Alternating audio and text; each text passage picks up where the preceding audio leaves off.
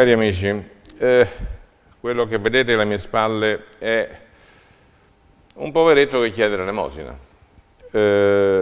Abbiamo avuto polemiche, abbiamo avuto un mucchio di storie per i Barbanera, per i clochard, gli accattoni che chiedono l'elemosina.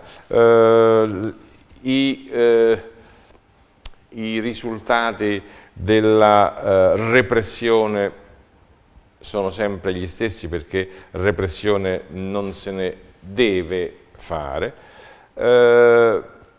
Ovviamente non c'entrano i poveretti che stanno lì, c'entra chi gestisce.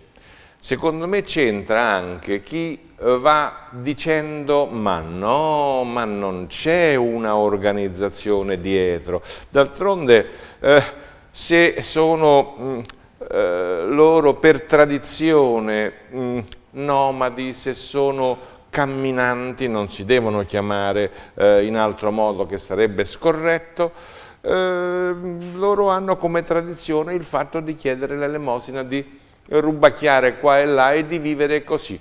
Cosa volete? È la loro millenaria tradizione. Benissimo. A spese di qualcun altro va bene, a spese della collettività no.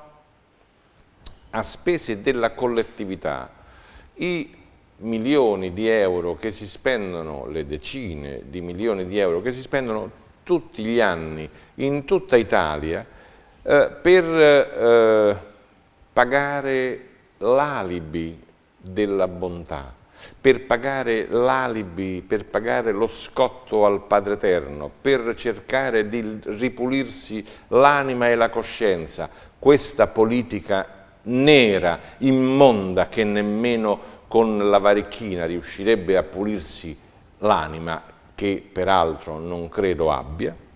Ebbene, questo non è giusto. Non è giusto perché non è pensabile che ci siano ancora delle persone che vivano in questo modo.